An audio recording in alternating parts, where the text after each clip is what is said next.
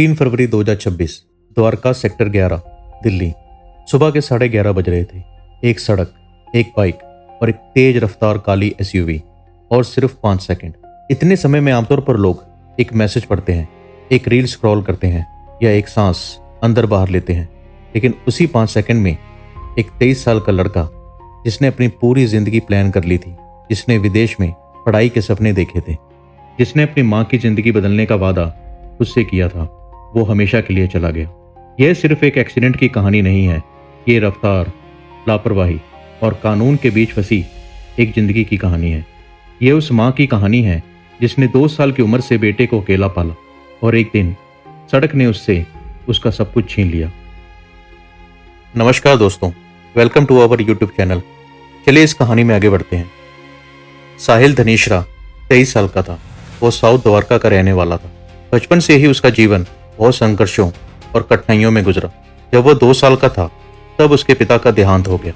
तब से उसकी माँ ईना माकन ने उसे अकेले ही पाला। साहिल बचपन से ही बहुत ही होनहार, डिसिप्लिन और मेहनती लड़का था। साहिल की माँ ने उसे बहुत संघर्षों से पाला था। उसका पढ़ाई लिखाई और हर जरूरत का ध्यान रखा। उन्होंने बहुत मेहनत की थी साहिल को बड़ा करने में। साहिल अपनी माँ के लिए पूरी दुनिया था।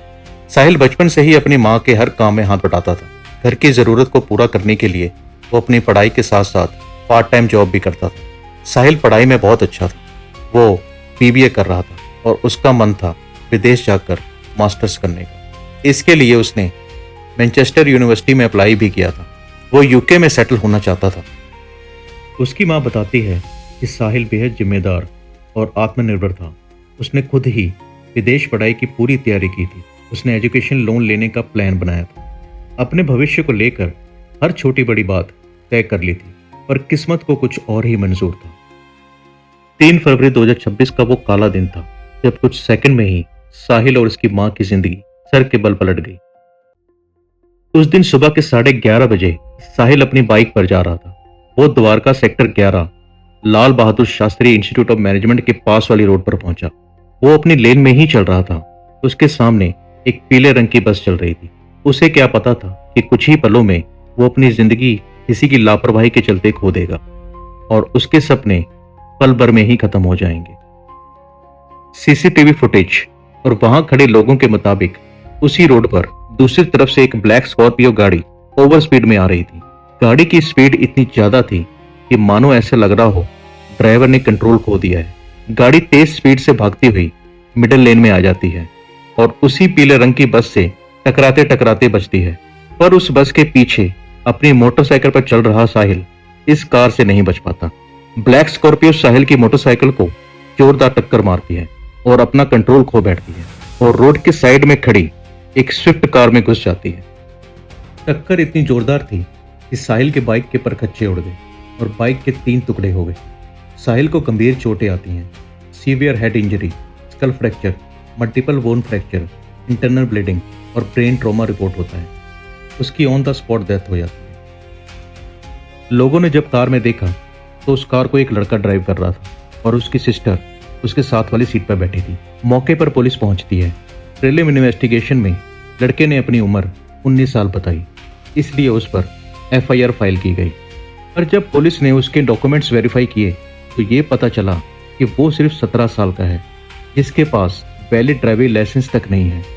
इन्वेस्टिगेशन में यह भी पता चला कि उस गाड़ी पर ओवर स्पीड और रेकलेस ड्राइविंग के 13 चालान थे।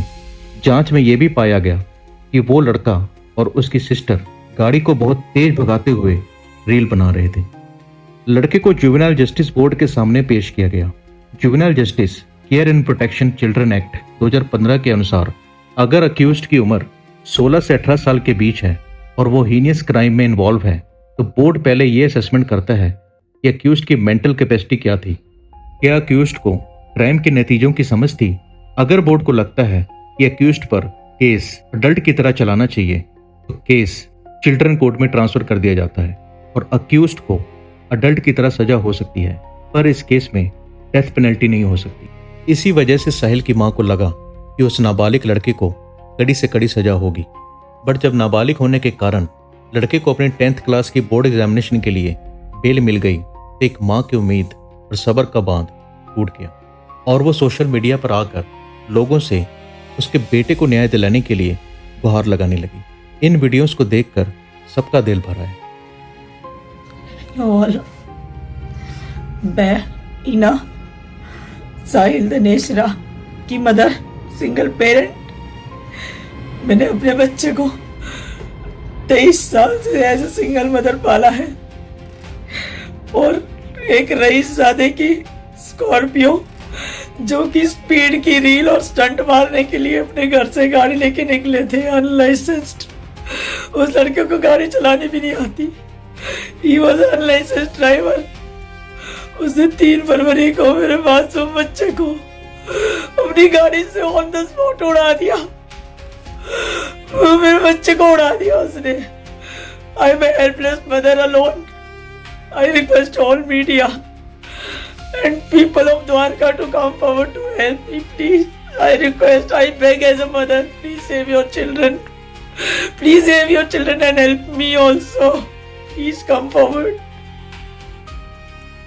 इसके बाद आरोपी के पिता ने मीडिया से बातचीत करते हुए कहा कि यह हादसा उसके बेटे से गलती से हुआ है। उन्होंने कहा कि एक माता पिता के नाते वो बहुत दुखी और परेशान है। उन्होंने ये दावा किया कि जिस एसयूवी से यह हादसा हुआ है वो उसके कमर्शियल वाहन बेड़े का हिस्सा है और उसे अलग अलग ड्राइवर्स चलाते रहते हैं, इसलिए उस गाड़ी पर इतने सारे चालान हैं। साथ ही उन्होंने कहा कि वो पूरी तरह से पुलिस और जांच एजेंसियों का सहयोग करेंगे, लेकिन साहिल की मां ने इस माफी को स्वीकार करने से इनकार कर दिया। पुलिस ने कहा कि आरोपी के पिता को भी मोटर व्हीकल एक्ट 2019 के तहत चार्जशीट किया जाएगा क्योंकि उन्होंने अपने नाबालिग बेटे को गाड़ी चलाने दी। पर दोस्तों, इसमें कानून क्या कहता है? सेक्शन 5 और 199A और मोटर व्हीकल एक्ट 2019 यह इस केस का सबसे महत्वपूर्ण सेक्शन है। इसके अंतर्गत अगर कोई नाबालिग मोटर वाहन चलाता है और उससे दुर्घटना हो जाती है तो इस केस में गार्जियन या व्हीकल ओनर को डीम्ड गिल्टी माना जाएगा। यानी कानून ये मानकर चलता है कि गार्जियन या व्हीकल ओनर जिम्मेदार है जब तक कि वो खुद को निर्दोष साबित न कर दे। यह रिवर्स बर्डन ऑफ प्रूफ है, यानी इस केस में पिता को खुद साबित करना होगा कि उसे इस बात की जानकारी नहीं थी कि उसका बेटा जो कि नाबालिग है गाड़ी लेकर गया है। अगर वो इसमें दोषी पाया जाता है तो इसमें 25,000 तक जुर्माना हो सकता है, 3 साल की जेल हो सकती है, वाहन का रजिस्ट्रेशन 1 साल तक सस्पेंड हो सकता है, माइनर को 25 साल की उम्र तक लाइसेंस नहीं मिलेगा। इसके अलावा पुलिस ने बताया कि उन्होंने FIR में पिता का नाम भी शामिल किया है और आगे जांच जारी है।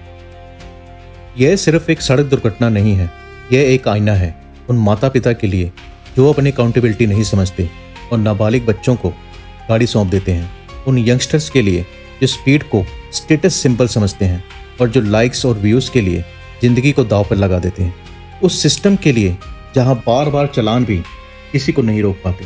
इंडिया में पिछले कुछ सालों में मल्टीपल केसेस आए हैं जहां अंडर एज या रैश ड्राइविंग ने फैटल आउटकम्स दिए। पैटर्न सेम है, स्पीड, ईगो, डिस्ट्रैक्शन और कॉन्सिक्वेंसेस का अंडर एस्टिमेशन। पर यहाँ दोस्तों एक सवाल ये भी उठता है कि क्या हमारा जुवेनाइल सिस्टम इतना स्ट्रांग है कि ऐसे केसेस में एक एग्जाम्पल सेट कर सके ताकि फ्यूचर में ऐसी दुर्घटना ना हो। तो दोस्तों, आप क्या सोचते हैं कि ऐसे केसेस में माइनर को अडल्ट की तरह सज़ा होनी चाहिए? कमेंट करके बताइए।